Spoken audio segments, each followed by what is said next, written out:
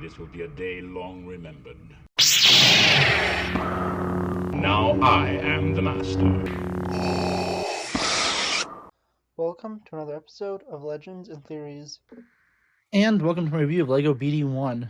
This is a set based off of Jedi Fallen Order, but it's also technically based off of Jedi Survivor, which releases today. I should be having a stream of that game probably around 11:30, 12 o'clock Central Time, and it'll probably go until like 3, maybe 3:30 p.m. Central Time, so it'll last a few hours. And I'm really excited to play the game, but this set's honestly a really cool set, and I wanted to get it just so I could review it today. And in about half an hour, I'm going to look at a few knockoff figures and a custom figure for Jedi Fallen Order, just so you could just get a look at what some things could look like.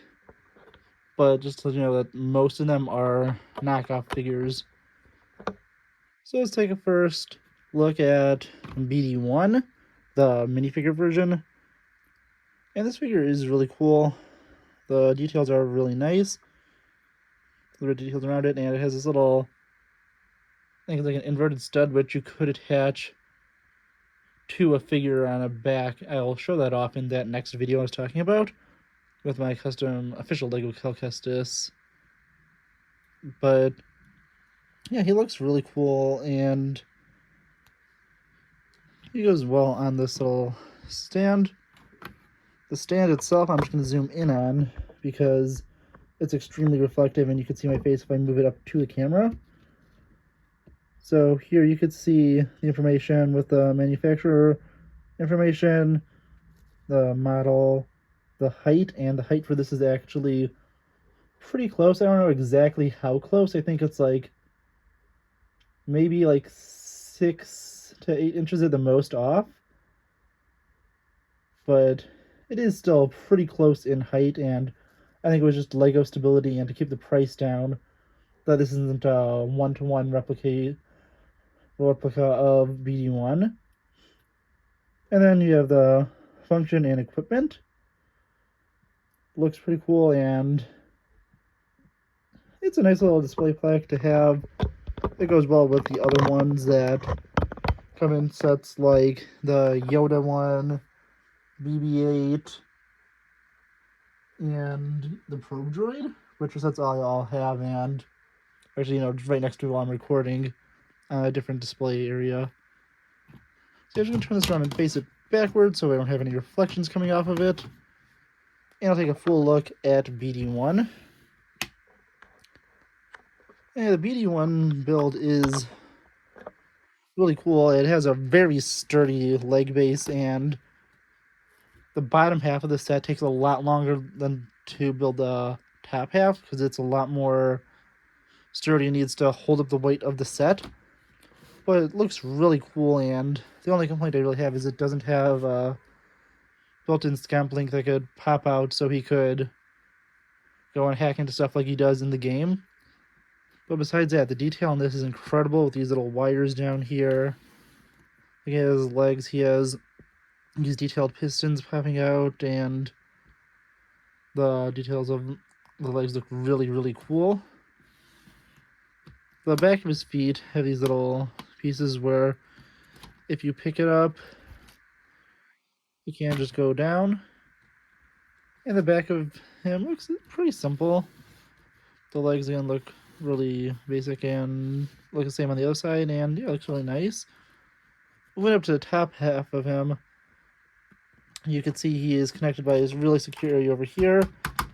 And this is what the bottom of the head looks like if you fold it all the way up. Although I can't really stand. Facing him back down. BD-1. Again, tilt his head side to side, and as I showed, up and down. He has his hollow projector over here and a normal sensor here. Over here we have the stim canisters, which I think should be blue, although they might be green in the game. I can't really think.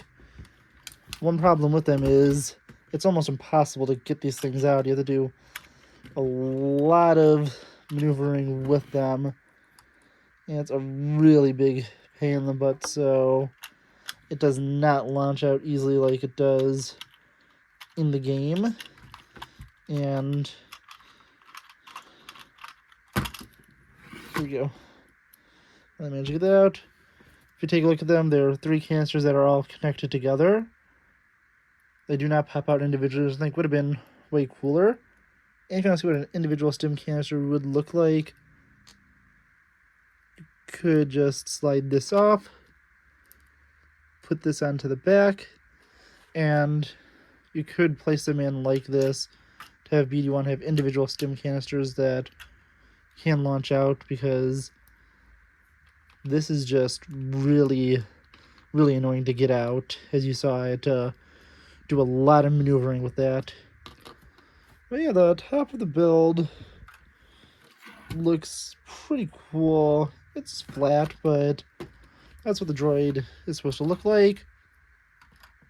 It's easy enough to put the stim canisters back in. We're not going to look at them again in this video because I am not getting them back out again. And the back side of his head has these little cool sensors, and you can see how his antennas could move around independently. And moving him to the front side, you can take a look what it looks like to move the antennas around. And yeah, it's honestly a really cool set. Definitely recommend to get it if you're a fan of the Jedi Fallen Order and Survivor games. And I will be streaming the game a little bit later today. And if the Wi-Fi connection I have is pretty bad, I'm honestly just going to complete the game. And then I'll stream it again later because I really want to get through the story of it. So it really depends, but yeah, honestly I recommend to get this set. I want to know what you think about it in the comments. Please let me know in the comments. So I'll see you all in the next episode of Legends and Theories. Thank you for watching this episode of Legends and Theories. Please subscribe, like the video, share the video, leave a comment, check out the video on screen, and may the Force be with you.